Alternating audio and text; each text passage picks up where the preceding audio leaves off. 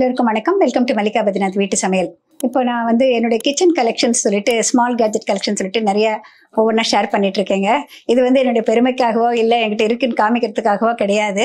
இந்த மாதிரியும் இருக்கு, நீங்க பார்த்தா வாங்கினா இந்த பர்பஸ்க்கு யூஸ் பண்ணலாம் அப்படின்னு காட்டுறதுக்காக தான். இந்த ஃபீல்ட்லேயே இருக்கிறதுனால ரொம்ப வருஷமா எங்கே பார்த்தாலும் ஏதாவது புதுசாக இருந்ததுன்னா அதை வாங்கிடுவேன். ரொம்ப எக்ஸ்பென்சிவ் எல்லாம் கிடையாதுங்க, சின்னது தான். அதனால அதுக்கு ஒரு பர்பஸ் உண்டு. இன்னைக்கு நான் காமிக்க போகிறது பார்த்தீங்கன்னா, இது வந்து டொமேட்டோ வந்து நம்ம ஃப்ளவர் மாதிரி கட் பண்ணுறதுக்கு இல்லை பேஸ்கெட் மாதிரி பண்ணுறதுக்கு ரொம்ப யூஸ்ஃபுல்லாக இருக்கிற ஒரு இது ஜஸ்ட் பிளாஸ்டிக் தான். இது வந்து ரொம்ப யூஸ்ஃபுல்லாக இருக்கும். இது வந்து ஒரு ஸ்கூப்பர், அது வந்து ஸ்கூப் பண்ணுறது, அது உள்ளார ஸ்கூப் பண்ணுறதுக்கு கொஞ்சம் சிரேட்டட் எட்ஜஸ் இருக்கும். இது ரெண்டையும் வச்சுட்டு நம்ம ரெகுலராக பண்ணுற நம்ம பொரி வந்து பேல் பண்ணுறோம் இல்லைங்களா, இல்லைன்னா பொரி வந்து மசாலா பொரி பண்ணுறோம். மசாலா பொரிங்கிறத விட நம்ம வந்து பேல் மாதிரி காய்கறிகள் எல்லாம் போட்டு பண்ணுறோம் இல்லையா, அதை பண்ணிவிட்டு இந்த டொமேட்டோ பேஸ்கெட் பண்ணிட்டு இதுக்குள்ளே வைக்க போகிறேன். பாருங்கள் இதை எப்படி யூஸ் பண்ணுன்னு சொல்லிட்டு நான் காமிக்கிறேன்.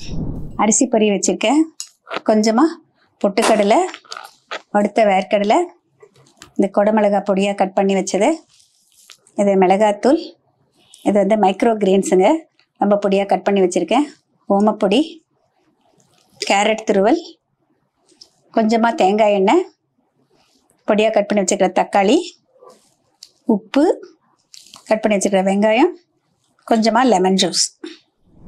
இது வந்து ஒரு பிளாஸ்டிக் தான், ஆனால் ஃபர்மாக இருக்குது. இங்கே சிரேட்டட் எட்ஜஸ் இருக்குது, இங்கே சிரேட்டட் எட்ஜஸ் இருக்குது. இது வந்து தக்காளி. இப்போ இதை வந்து வச்சுட்டு எப்படி நம்ம இதை பண்ணணும்னு சொல்கிறேன், ஃப்ளவர் மாதிரி. இப்போ இது பாருங்க, மத்தியில் வந்து ஒரு கோடு போட்டிருக்கேங்க. அந்த கோட்டுக்கு மேலே இப்படி நல்லா வந்து இது உள்ளே வந்து பியர்ஸ் ஆகிற மாதிரி இப்படி பண்ணணும். பாருங்க இப்படி பண்ணுறப்ப இந்த பாருங்க ஒரு முக்கோணம் வருதா, அது பக்கத்தில் அதே மாதிரி போட்டுகிட்டே வரணும்.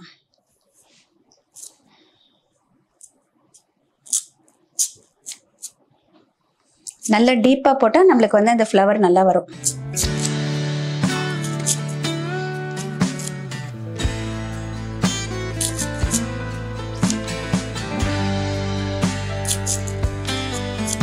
பார்த்தீங்கன்னா ஃபுல்லாக இந்த பக்கம் இருக்குங்க. ஒருவேளை இது உங்ககிட்ட இல்லைன்னா கத்தி இருக்கு இல்லையா, கத்தியில் கூட இப்படி போடலாம். இது இப்படி கவனமாக எடுக்கலாம். இப்போ பார்த்தீங்கன்னா இப்படி இந்த மாதிரி ரெண்டு மாதிரி வந்துடுது ஃபுல்லாக. இப்போ நம்ம என்ன பண்ணலாம்னாக்கா, இந்த ஸ்கூப் இருக்கு இல்லையா, இதை யூஸ் பண்ணிவிட்டு உள்ளே இருக்கிறத எடுத்துடலாம். இந்த ஸ்கூப்பர் வச்சுருந்தீங்கன்னாக்கா ஸ்கூப்பரில் எடுக்கலாம், இல்லைன்னா கத்திலேயே எடுக்கலாம். பார்த்தீங்கன்னா இப்படி ஒரு பேஸ்கெட் மாதிரி வந்துடுங்க. இதுவும் பார்த்தீங்கன்னா ஒரு பேஸ்கெட் மாதிரி தான் இருக்கும்.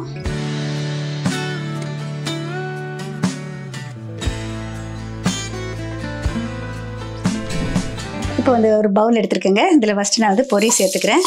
நம்மளுக்கு எந்த அளவு வேணுமோ அந்த அளவு போட்டுக்கலாம். இதோட வறுத்த வேர்க்கடலை,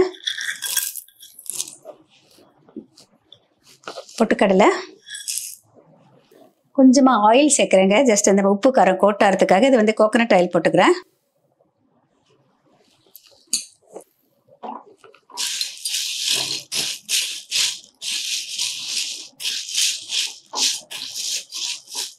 இப்போ நம்ம கட் பண்ணி வச்சுருக்கிற கிரேட் பண்ணி வச்சுருக்கிற வெஜிடபிள்ஸ் சேர்த்துக்கலாம். நம்மளோட விருப்பம் எவ்வளோ வேணால் போடலாங்க. இது வந்து கேரட் துருவல், வெங்காயம்,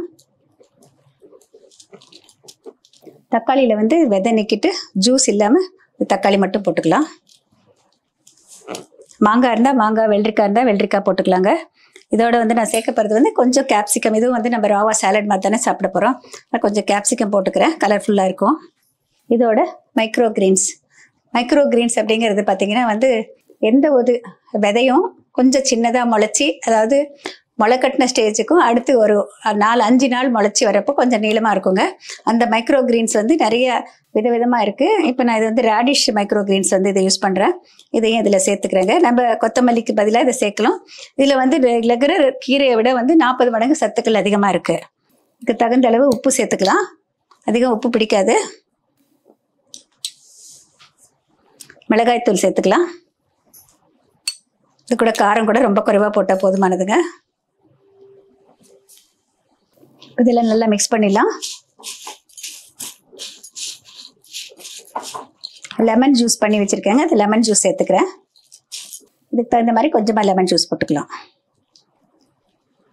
இப்போ இந்த ரோட் சைடெல்லாம் விற்பாங்க பாருங்கள், திருப்பதியில் போனால் நிறைய பேர் வந்து ரொம்ப விரும்பி சாப்பிடுவாங்க. அதே தான் நம்ம வந்து இப்போ நாங்கள் கூடுதலாக மாங்காவும் வெள்ளரிக்காவும் சேர்க்கலை. இதை இருக்கிறதெல்லாம் போட்டேங்க. இப்போ இது நல்லா மிக்ஸ் பண்ணியாச்சு.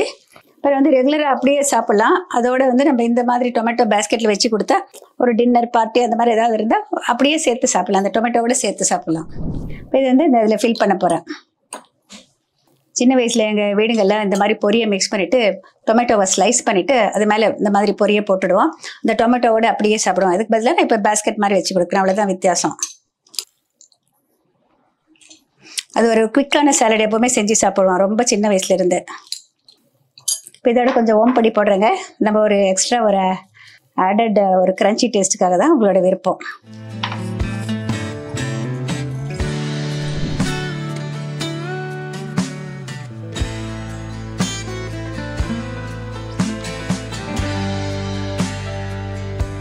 இந்த மாதிரி சப்ஸ்கிரைப் பண்ணாதுங்க, சப்ஸ்கிரைப் பண்ணுங்கள். தொடர்ந்து இன்னும் நிறைய வீடியோஸ் நான் போட்டுகிட்டே இருக்கேன். இதில் வந்து ஆரோக்கியம் சம்மந்தப்பட்ட விஷயங்களும் சேர்த்து கொடுத்துட்ருக்கேன். நல்லா சமைக்கிறது எப்படி, பேச்சுலர்ஸ்க்கு எப்படி, வயசானவங்களுக்கு எப்படி, அது மாதிரி ஒவ்வொரு ஏஜ் குரூப்புக்கும் என்னென்ன பண்ணலாம் அப்படின்னு சொல்லிட்டு நிறைய விஷயங்கள். உங்களுக்கு ஏதாவது பர்டிகுலர் டிஷ் வெஜிடேரியனாக இருந்தால் உங்களுக்கு தேவைப்பட்டால் நீங்கள் சொன்னீங்கன்னாக்கா அதை கூட நான் வந்து உங்களுக்கு செஞ்சு காமிக்கிறேங்க.